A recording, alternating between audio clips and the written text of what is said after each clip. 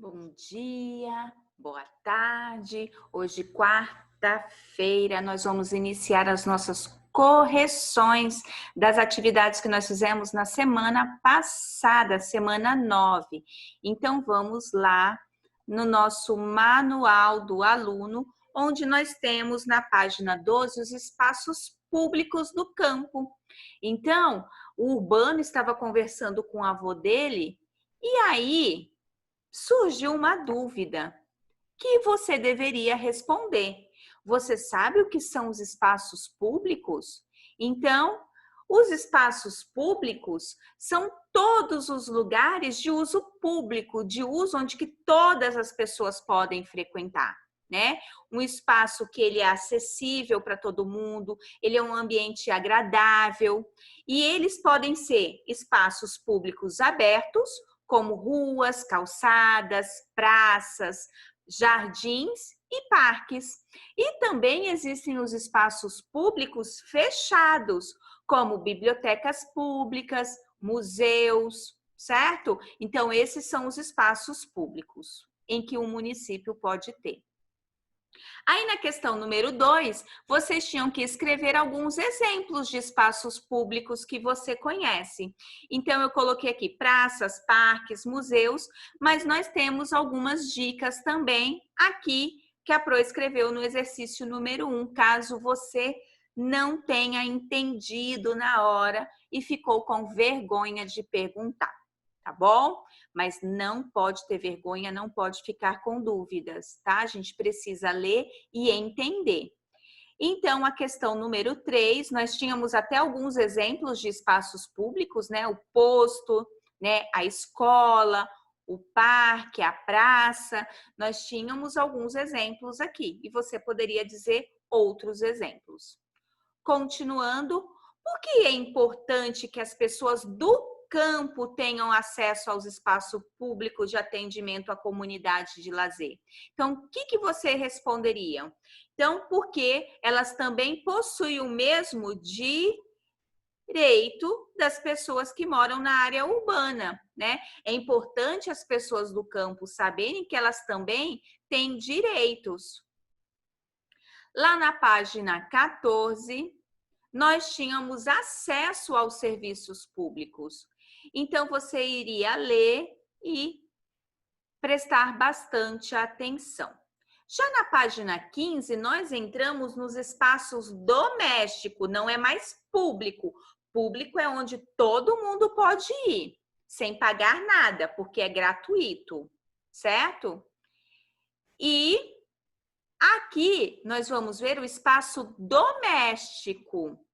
Então, a perguntinha era: o que você responderia para o vô Joaquim? Olha a pergunta que o vô Joaquim fez. Quem é responsável pela limpeza e manutenção da minha casa? Quem é? A nossa casa, ela é um espaço particular. Então, quem tem que fazer a limpeza da minha casa? Sou eu, certo? Continuando. A sua casa é um lugar ao qual as pessoas possuem livre acesso. Isto é, qualquer pessoa, familiar ou não, pode entrar nela quando quiser? Por quê? Será? Não, a minha casa, ela é particular, ela é minha. E quem pode entrar na minha casa? As pessoas que moram na minha casa, os meus familiares e os meus convidados. Mas isso quando eu convido. Não é porque eu conheço alguém que a pessoa vai poder entrar na minha casa sem autorização. Ela precisa ser autorizada, porque ela é um local particular. Senão vira uma bagunça, qualquer um entra, não pode ser assim. A nossa casa é considerada um espaço doméstico. Você sabe o que significa a palavra doméstico? Então, você tinha que procurar no dicionário e escrever aqui. Então, eu coloquei que doméstico é relativo ao lar, à família, à vida particular de uma pessoa. Então, cada um tinha que procurar no seu dicionário e escrever o que achou sobre a palavra doméstico. Depois nós tínhamos algumas imagens de grandes e pequenas propriedades, certo? Que nós vimos que no campo existem vários tipos, né? Grandes, pequenas, com muita gente morando numa casa só, ou pouquinha gente morando, ó, uma casinha longe da outra, certo? E aí nós tínhamos a casa de taipa, que é uma construção diferente, né? A casa de taipa, ela também pode ser chamada de casa de pau a pique. Então, nós tínhamos lá exemplo. Nossa, Pro, essas propriedades, essas casas ainda existem? Existem, tá? E você, já viu algum tipo dessa casa? Você vai responder porque é individual. Apenas pela observação, é possível identificar algum dos materiais que compõem essa construção? Então, eu posso observar os materiais que foram utilizados? Sim, eu posso observar madeira, eu posso observar argila ou barro. Os telhados são de sapê, que é uma fibra natural utilizada na cobertura das casas. Então, eu tinha que colocar o que eu consigo observar.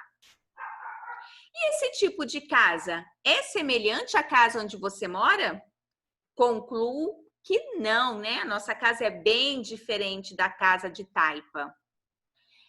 Escreva algumas características que são semelhantes e diferentes entre a casa de taipa e a residência onde você vive. Então, você tinha que colocar as características semelhantes e diferentes que você encontra nesses dois tipos de moradia.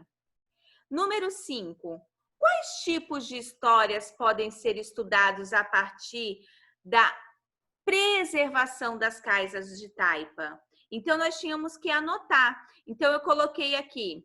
O que a gente pode notar? Quais são as histórias que podemos estudar a partir desse tipo de casa? A gente pode estudar as histórias pessoais das pessoas que moram lá, as histórias relacionadas àquele lugar onde a pessoa construiu aquela casa. Eu posso estudar os saberes dos grupos antigos, quais são os grupos que moraram naquele local, como que era a vida daquele pessoal que morou naquelas casas, por que eles moram nesses tipos de casa. Então, dá para construir várias hipóteses, várias ideias, vários relatos sobre essa casa de taipa. Então, eu posso conseguir muitas fontes históricas também a respeito das casas de taipa quando a gente estuda e a gente vai a fundo, quando a gente procura saber um pouquinho mais. Então, a dica é, quando eu estudo algo que eu nunca vi, que eu não sei, eu procuro descobrir, eu procuro estudar, eu procuro pesquisar. Então, façam isso. Tudo que vocês não souberem, que vocês nunca viram, pesquisem, porque vocês vão se aprofundar muito mais e vão ficar muito mais sábios do que já são. Um beijinho e logo mais a Pro volta com a continuação da nossa aula de história de hoje.